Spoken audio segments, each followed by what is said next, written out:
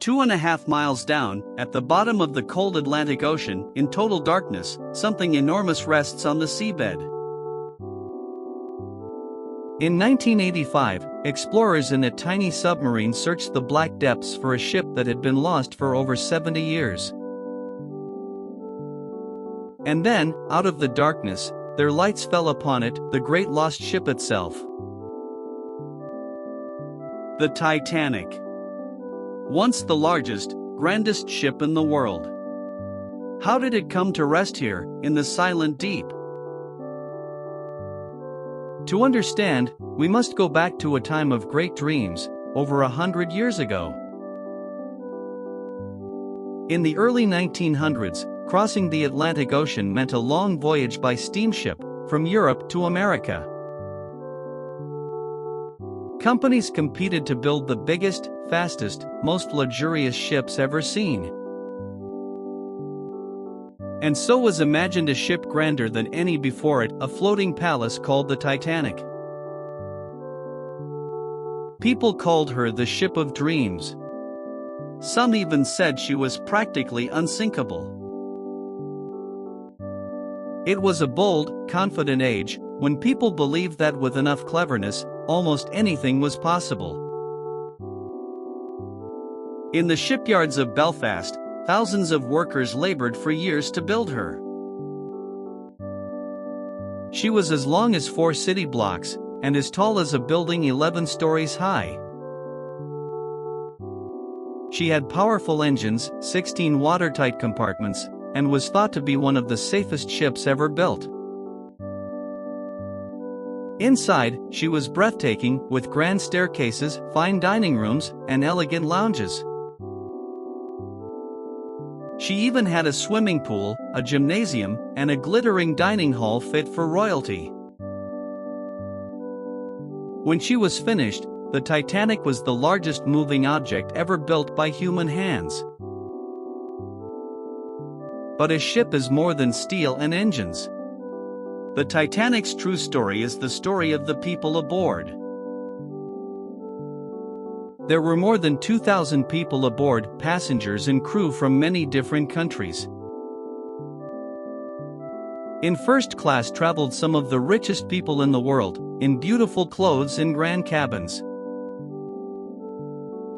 In second class traveled teachers, merchants, and families, comfortable and content. And in third class traveled hundreds of hopeful immigrants, carrying their dreams of a brand new life in America. For so many of them, this voyage was the beginning of an exciting new chapter.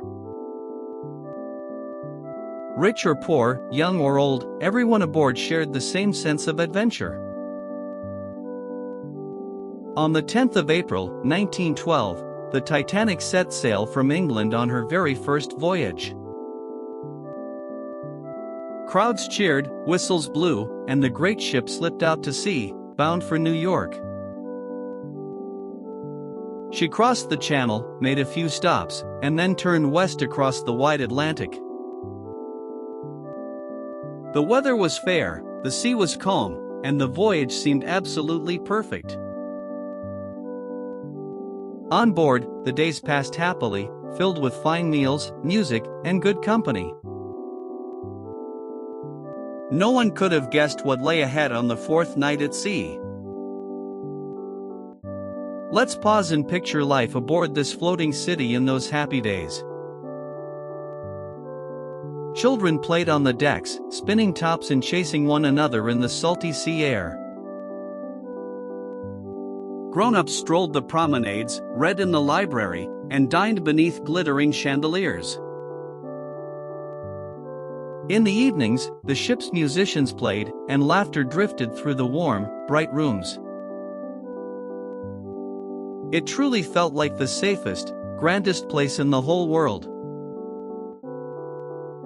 But far ahead, in the dark, cold waters of the North Atlantic, danger was drifting silently. Other ships had sent warnings by radio. There was ice ahead, floating icebergs in the ship's path. The night of April 14th was unusually calm, and bitterly cold, with no moon and a glassy, black sea. On such a calm sea, there were no waves breaking against the icebergs to make them easier to spot. High in the crow's nest, two lookouts peered into the darkness, straining to see what lay ahead. Then, just before midnight, a lookout saw a huge, dark shape rising straight ahead. An iceberg. The alarm was raised, and the crew turned the great ship as hard as they could. The Titanic began to turn, but a ship so enormous cannot stop or turn quickly. The iceberg scraped along her side, below the water, and cold seawater began to seep in. At first, few people even noticed. But slowly, the crew realized the unsinkable ship was in grave danger. Quietly, calmly, the captain gave the order no one ever wished to hear: prepare the lifeboats. All through that long, cold night, there were countless acts of courage and quiet kindness. The crew worked to load the lifeboats, calling for women and children first, helping families into the boats. But there was a terrible problem. There were not enough lifeboats for everyone aboard. As the boats rowed away, the ship's musicians kept playing, their gentle music drifting across the water to bring calm and comfort. The great ship's lights still glowed bravely against the dark, reflecting on the still, black sea. And then, in the early hours of the morning, the lights went dark, and the Titanic slipped quietly beneath the waves. More than 1,500 people were lost that night. It remains one of the greatest tragedies in the history of the sea. Among those lost were passengers and crew from every walk of life, their stories remembered to this day. It is a story that asks us to remember them with kindness and with care. But that night was not only loss. It was also a story of survival and of hope. Far away, another ship, the Carpathia, had heard the Titanic's calls for help and raced through the night to reach her. As the sun rose, the Carpathia arrived and gently gathered the survivors from the lifeboats. More than 700 people were saved that morning, wrapped in warm blankets and carried safely to New York. They had lived through one of history's most famous nights, and would carry its memory forever. Their courage, and the kindness shown that night, would never be forgotten. The loss of the Titanic shocked the entire world, and it changed how we travel by sea forever. From then on, every ship was required to carry enough lifeboats for every single person aboard. Ships' radios were kept on, listening day and night, so that calls for help would always be heard.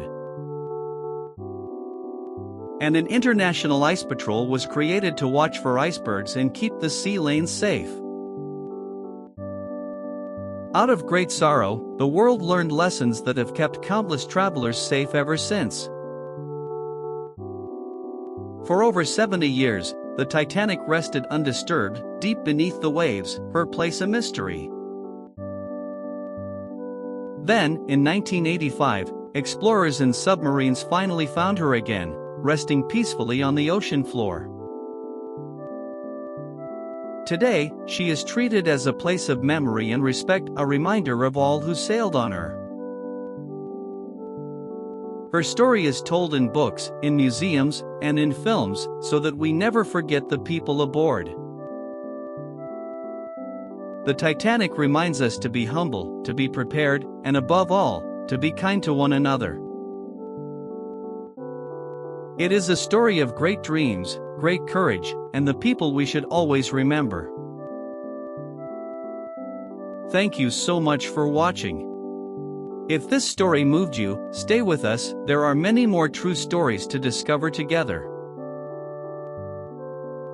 Until next time, keep wondering, keep exploring, and keep asking the best question of all: what really happened?